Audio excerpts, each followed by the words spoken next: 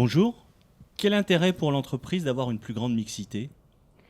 Il est important pour l'entreprise d'avoir une plus grande mixité pour, d'une part, s'assurer que l'ensemble de ses salariés soit dans le bateau et soit entraîné dans l'ensemble de son activité. C'est-à-dire que si vous vous privez de 50% des salariés de leurs compétences, de leurs talents et de leur potentiel, vous savez que vous faites une grossière erreur économique.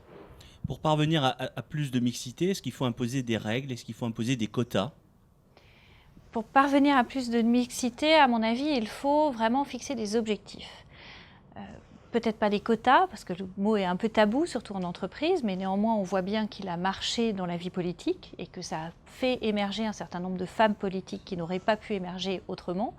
Et si on ne veut pas attendre une centaine d'années pour une féminisation plus forte du management des entreprises, il faut pouvoir se fixer des objectifs et des objectifs ambitieux, c'est-à-dire pas seulement 50-50 dans les sociétés qui sont beaucoup avec par exemple 75% de femmes, comme ce qui est le cas chez nous, mais de pouvoir se fixer au-delà de 50% dans le management et à tous les échelons du management. C'est important que l'ensemble des échelons du management de premier niveau jusqu'au top management et une représentativité des femmes par rapport à la population de départ.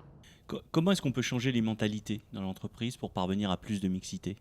Alors, pour changer les mentalités dans l'entreprise, je pense que la clé c'est la formation du management contre les stéréotypes, que chacun soit conscient de ses propres filtres et de la façon dont il pose le regard sur les autres et les compétences qu'il projette sur les uns et sur les autres, qu'il puisse aussi, qu'on puisse aussi avoir des outils qui permettent de repérer des talents féminins, parce qu'à partir du moment où vous avez davantage de femmes dans des postes de management de premier plan, c'est plus anecdotique, c'est plus quelque chose de ni exotique, c'est quelque chose qui est tout à fait faisable, tout à fait possible et tout à fait atteignable pour l'ensemble des salariés. Et du coup, est-ce que la frustration masculine est également un enjeu et également un problème au sein de l'entreprise? Alors bien sûr, on ne peut pas faire la mixité sans les hommes et c'est important aussi de s'assurer qu'il y ait une transition entre ce que j'appellerais ce quota implicite d'hommes dans les postes de management qu'on avait jusqu'à présent avec ces objectifs de féminisation du management. C'est clair qu'on a un certain nombre d'hommes qui peuvent être frustrés dans leur progression. Ce qui est important aussi, c'est de leur ouvrir le champ des possibles et que la progression, elle n'est pas exclusivement hiérarchique, elle peut être aussi sur d'autres métiers, et que le modèle de réussite masculin doit aussi évoluer. Merci. Merci à vous.